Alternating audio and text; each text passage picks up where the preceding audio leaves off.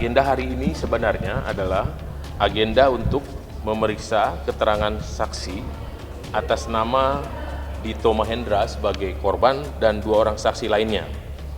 Dan dari penjelasan penuntut umum disampaikan bahwa 3 orang saksi yang hari ini dipanggil atas nama Dito Mahendra dan 2 saksi lainnya tidak bisa hadir, tetapi setelah majelis hakim meneliti tentang ketidakhadiran dan panggilan yang dilakukan oleh penuntut umum atas 3 orang saksi itu ternyata belum sah.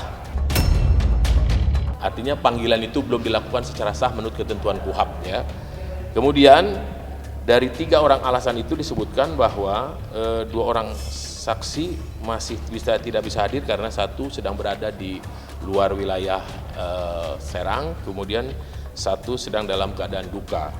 Tetapi yang menjadi patokan bagi majelis hakim untuk memeriksa apakah penuntut umum telah benar-benar melakukan pemanggilan atas saksi-saksi tadi, setelah diteliti bahwa panggilan yang dilakukan oleh penuntut umum menurut majelis hakim tidak sesuai ketentuan pasal 146 dan pasal 227 KUHAP yang mewajibkan panggilan itu dilakukan langsung kepada yang bersangkutan dan ditandatangani.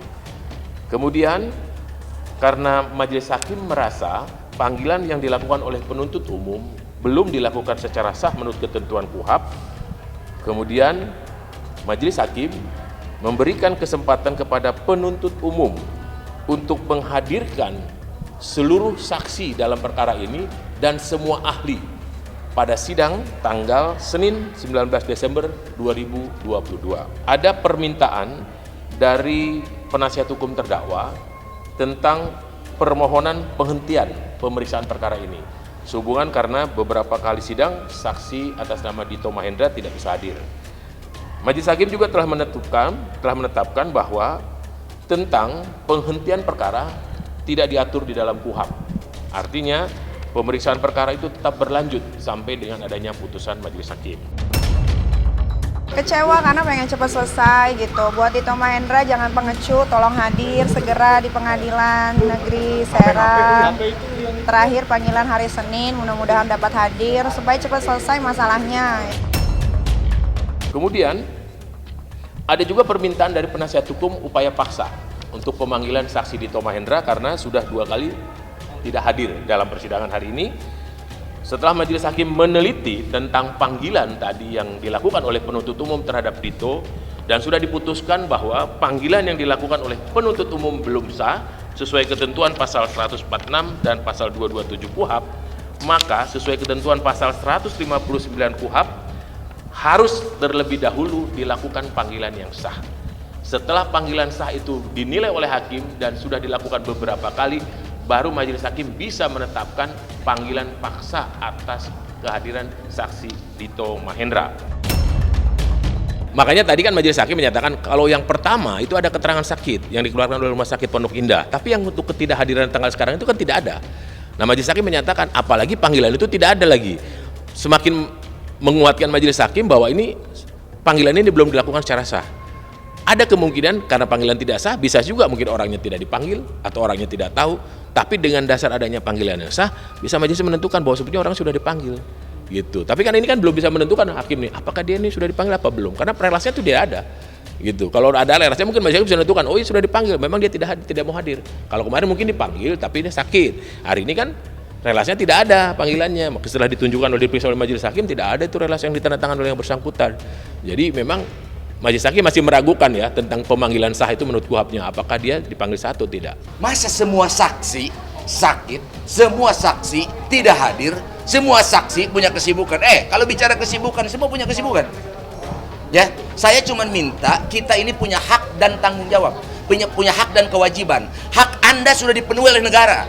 Hak Anda sebagai warga negara sudah dipenuhi. Saat ini Niki diproses menjadi terdakwa, artinya hak Anda sudah dipenuhi. Artinya kerugian Anda ini coba untuk dibuktikan. Dan kewajiban Anda saat ini, kita ini punya hak dan kewajiban. Kewajiban Anda saat ini adalah bertanggung jawab dan siap mengikuti proses persidangan dan menyampaikan keterangan yang sebenar-benarnya di depan majelis hakim. Itu yang benar. Jangan melecehkan peradilan. Jangan melecehkan peradilan. Mungkin dia takut karena panggilan KPK kan sudah ketiga, ya kan? Jadi dia bingung gitu. Dia ketulah sama kelakuannya sendiri. Kesel aja gitu, maksudnya dia yang berani ngelaporin tapi kok dia nggak datang-datang. Tujuannya apa gitu? Kalau cuma buat mempenjarakan Niki ya udah berhasil kan? Ya, terus mau apa lagi?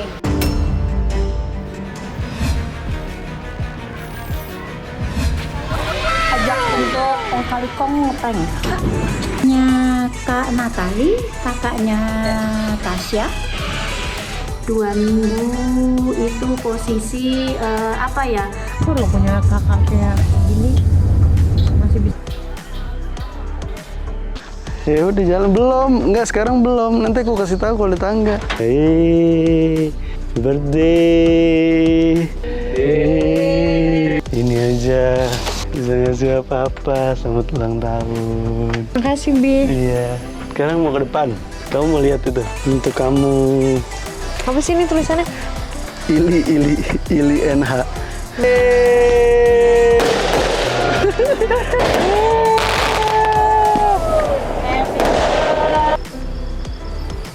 Amin. 1, 2. Bluetooth mau ngapain? Ngapain sih Bi? Kamu mau ngasih Bi? Ya udah doain aja lah untuk menjadi lebih baik lagi, udah itu aja. Lagi belajar untuk menjadi lebih baik lagi. Memang harus move on. Sampai kapan kita terpuruk terus kita nggak kerja, kita diem di rumah, terus meratapi nasib, nasib gue kenapa gini banget. Jangan kayak gitu, udah kita move on aja ke depan. Terus sama Faris juga, terima kasih juga kalian sudah banyak banget. Aku juga kaget juga banyak banget yang support. Aku kira bakal ada ujian lagi nih dari Allah.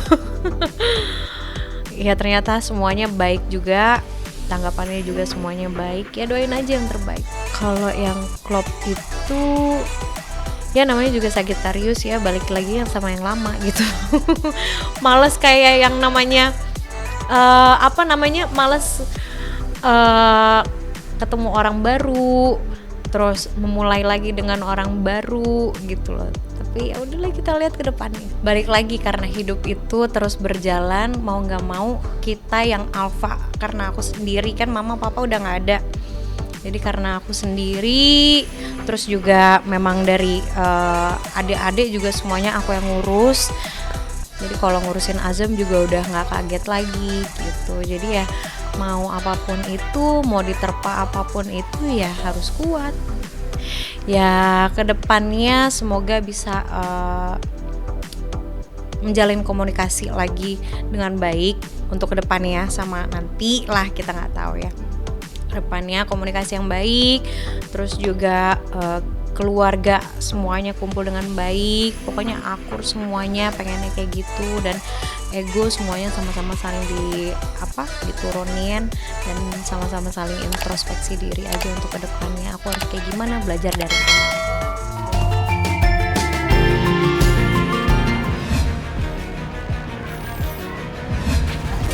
Hari ini tuh nggak tahu sama sekali ya, dan katanya di atas tuh lagi main game. Oke. Jadi kita udah siapin ini, ada cake-nya juga. Ada apa aja Kak? Boleh dilihatin? Ini ada cake-nya, terus ada konfetinya. Kita udah pakai topi juga. Bawa kado apa? Cuma chat sama mamanya. Willow nggak tahu sama sekali. Nggak sama sekali. Ya, jadi sekarang kita bakal lihat ekspresinya dia tuh kayak gimana. Bakal excited sih pastinya. Soalnya dia benar-benar nggak pernah tahu, karena kan selalu syuting biasanya. Sekarang ini lagi di rumah, jadi harusnya dia bakalan kaget sih kalau kita bakal datang. Pulang lu tambah. Saya papa nih.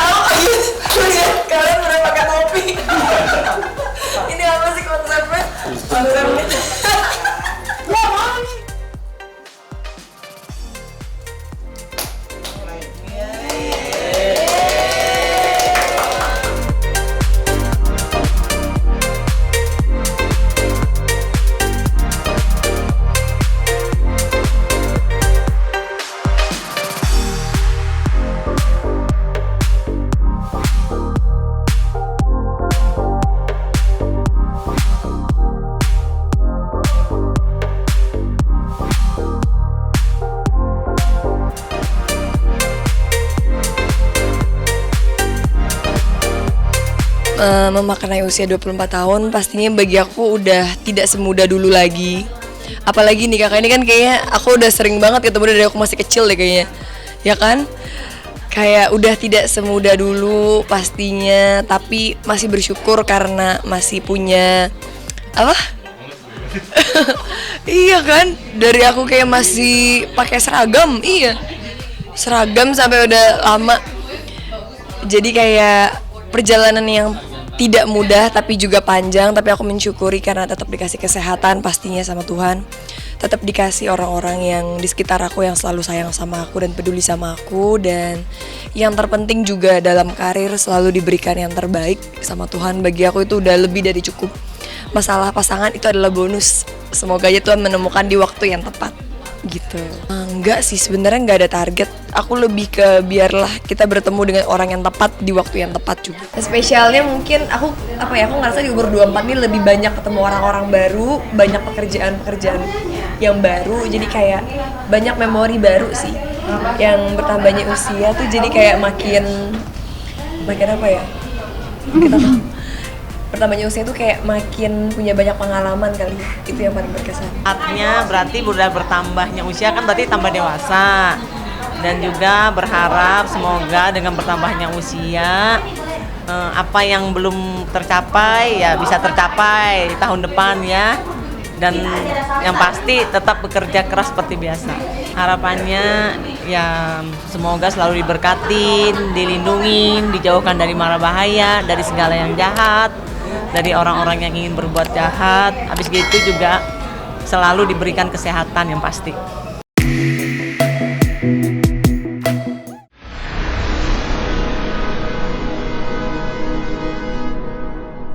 Jadi jangan lupa untuk subscribe Cumi Cumi. Ditekan ya tombol lonceng merahnya.